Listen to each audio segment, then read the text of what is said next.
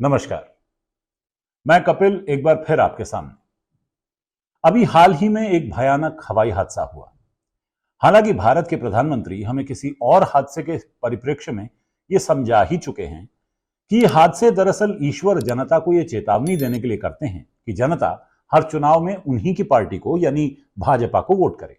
इतना बड़ा ब्रिज टूट गया, ये एक्ट ऑफ गॉड तो उस मात्रा में जरूर है क्योंकि चुनाव के दिनों में गिरा ताकि पता चले कि आपने कैसी सरकार चलाई है। इसलिए भगवान ने लोगों को संदेश दिया है कि आज ये ब्रिज टूटा, कल ये पूरा बंगाल ऐसे ही खत्म कर देगी, इसको बचाओ, ये भगवान ने संदेश भेजा है।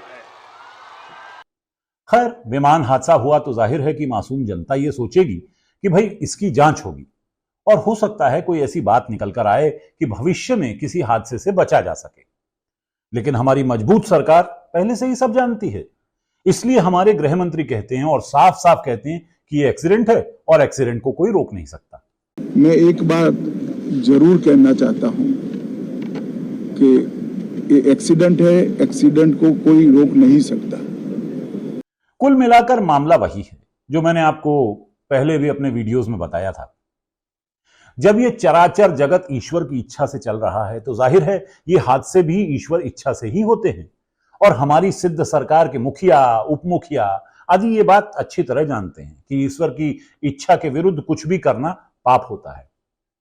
इसलिए इस हादसे को या इन हादसों को ईश्वर की इच्छा मानिए और जांच फांच की बेकार बातें करके प्रधानमंत्री, गृह मंत्री आदि को परेशान मत कीजिए। जरा सोचिए, मान लीजिए कि किसी हादसे की जांच होती है और कोई तकनीकी गड़बड़ी सामने आ जाती है। अब अगर तकनीकी गड़बड़ होगी तो जाहिर है यह भी तय होगा कि जिम्मेदारी किसकी थी। भाई, जो लोग मेहनत करके किसी पद तक माने एमएलए बने हैं, एमपी बने हैं, वो अब सत्ता सुख भोग रहे हैं और आप चाहते हैं कि सिर पर जिम्मेदारी का ठीकरा फोड़ दिया जाए। आप उन्हें परेशान करना चाहते हैं। वो तो भला हो रक्षा मंत्री का जो ऐसे किसी भी प्रयास को जड़ से ही मार देते हैं। नए इसमें मंत्रियों के त्यागपत्र नहीं होते हैं भैया, वो यूपीए गवर्नमेंट नहीं है, एनडीए गवर्नमेंट है। गलती या जिम्मेदारी किसी की भी हो, जिस सरकार में सारा काम ईश्वर की इच्छा से होता हो वहां इस्तीफा नहीं होता। यह कोई कमजोर सरकार तो है नहीं कि यहां एक रेल दुर्घटना होने पर नैतिक आधार पर इस्तीफा दे दिया जाता। एक थे रेल मंत्री, भला सा नाम था उनका, वो लाल बहादुर शास्त्री। सुना एक रेल हादसा हो गया था, 1956 की बात है शायद। थुत्तुकुडी एक्सप्रेस पटरी से उतरी और उस हादसे में 150 लोगों की मौत हुई। लाल बहादुर शास्त्री ने इस्तीफा दे दिया। कमजोर सरकार के मंत्री थे। उस वक्त प्रधानमंत्री की छाती 56 इंच की नहीं होती थी, इसलिए मंत्रियों में कुछ नैतिकता बोध होता होगा। आज ये सब नैतिकता फैतिकता की फालतू बातें नहीं होती। इसलिए कोई भी हादसा हो, मंत्री लोग को कोई फर्क नहीं पड़ता। वो तो सीधे सीधे धमकाते हैं कि अगली बार से तुम चला लेना, देखें कैसे एक्सीडेंट नहीं करते। तो लोग मर भी रहे हैं, अब मृत्यु दर भी चलेगी, तो हम तो उसको दुख तो है ही उनका, सर आपने ये भी कहा, लेकिन हम उनका दुख तो है ही, लेकिन आप चलाइएगा थोड़ी, आप दो तीन अच्छी योजनाएं चलाइएगा, आप उड़ान बनाइए, कुछ हेलीकॉप्टर आप भी चलाइएगा अच्छी, जिसमें ना मरे लोग, गारंटी दे के चलाइएगा। है किसी में हिम्मत ऐसा सोचने की, ऐसा कहने की? यह हिम्मत सिर्फ 56 इंची छाती वाले पीएम की पार्टी के लोगों की ही हो सकती है। सुनते हैं लाल बहादुर शास्त्री ने एक रेल हादसे के बाद ही इस्तीफा दे दिया था। हमारे वर्तमान रेल मंत्री बहुत बहादुर हैं, दर्जनों रेल हादसे हो गए, उनके माथे पर शिकन तक नहीं आई। उन्हें किसी बात की कोई जिम्मेदारी से कोई मतलब ही नहीं। मेरा मतलब, ना वो हादसों की जिम्मेदारी लेते हैं ना उनसे विचलित होते हैं, जैसे हमारे प्रधानमंत्री। विमान हादसा हुआ, रेल हादसा हुआ, आतंकवादी घटना हुई, कोई प्राकृतिक विपदा आगे मान लो, प्रधानमंत्री को कोई फर्क नहीं पड़ता। जब पुलवामा हादसा हुआ था तो हमारे प्रधानमंत्री डिस्कवरी चैनल के लिए एक डॉक्यूमेंट्री शूट कर रहे थे। अगर कोई ऐसा वैसा कम बड़ी छाती वाला पीएम होता उस वक्त, तो फौरन शूटिंग छोड़कर भागता कि अपनी जिम्मेदारी निभाए, प्रधानमंत्री होने का फर्ज अदा करे। लेकिन महामानव तो महामानव है। उन्हें सूचना मिली लेकिन उनके माथे पे शिकन तक नहीं आई। कितने ही लोग मर गए। हमारे पीएम बहुत जीवट वाले हैं। एक तो उन्हें कोई फर्क नहीं पड़ता, दूसरे उन्हें कोई फर्क नहीं पड़ता, तीसरे उन्हें कोई फर्क नहीं पड़ता। उन्होंने इत्मीनान से अपनी शूटिंग पूरी की, फिर पूछा, हां भाई बताओ क्या हुआ। आखिर सब कुछ ईश्वर इच्छा से होता है और उनका तो ईश्वर से सीधा कनेक्शन है, तो बाकी आप समझदार हैं। पहले जब तक मां जिंदा थी मुझे लगता था कि शायद बायोलॉजिकली मुझे जन्म दिया गया है।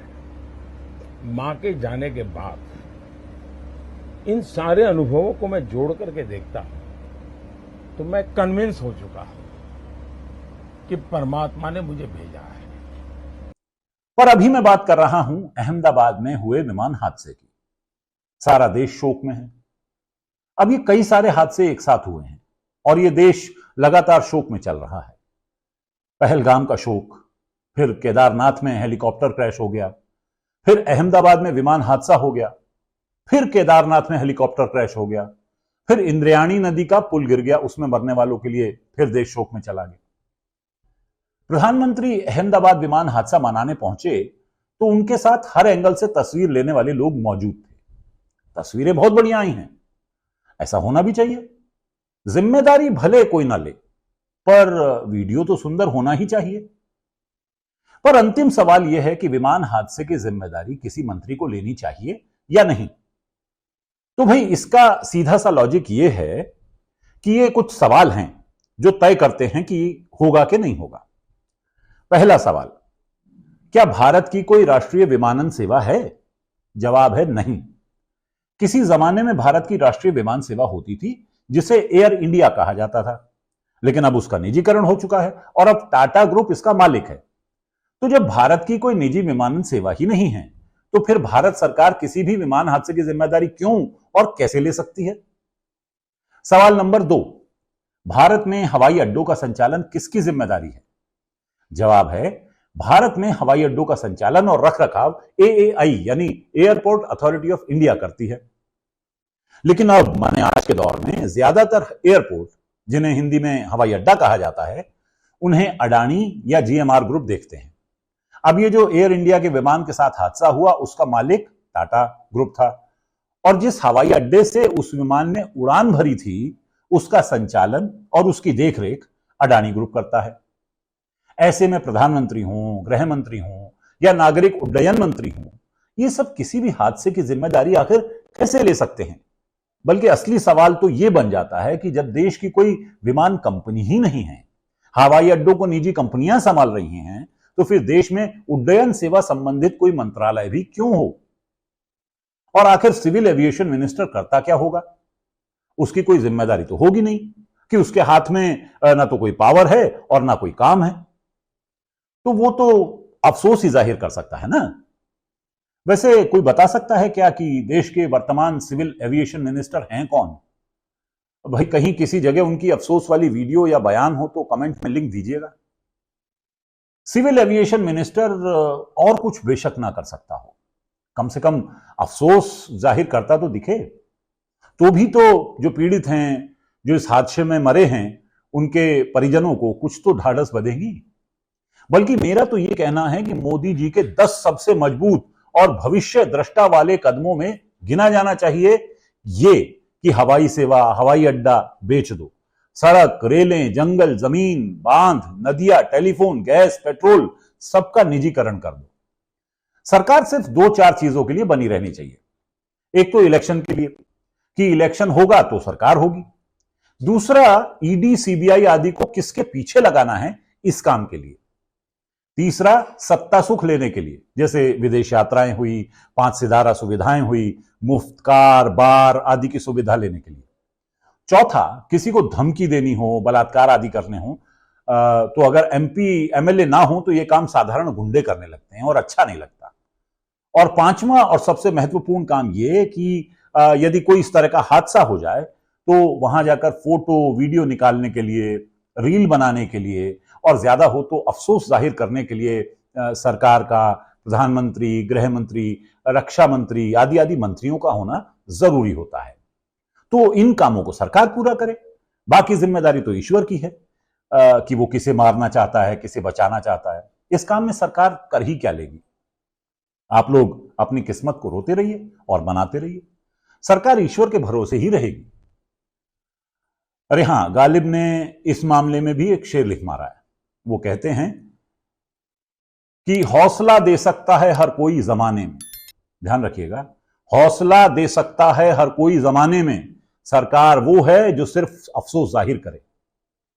बाकी आप खुद समझदार हैं। लाइक, सब्सक्राइब और शेयर करें, और इन सब में शेयर सबसे इंपॉर्टेंट है। ठीक है जी, नमस्ते।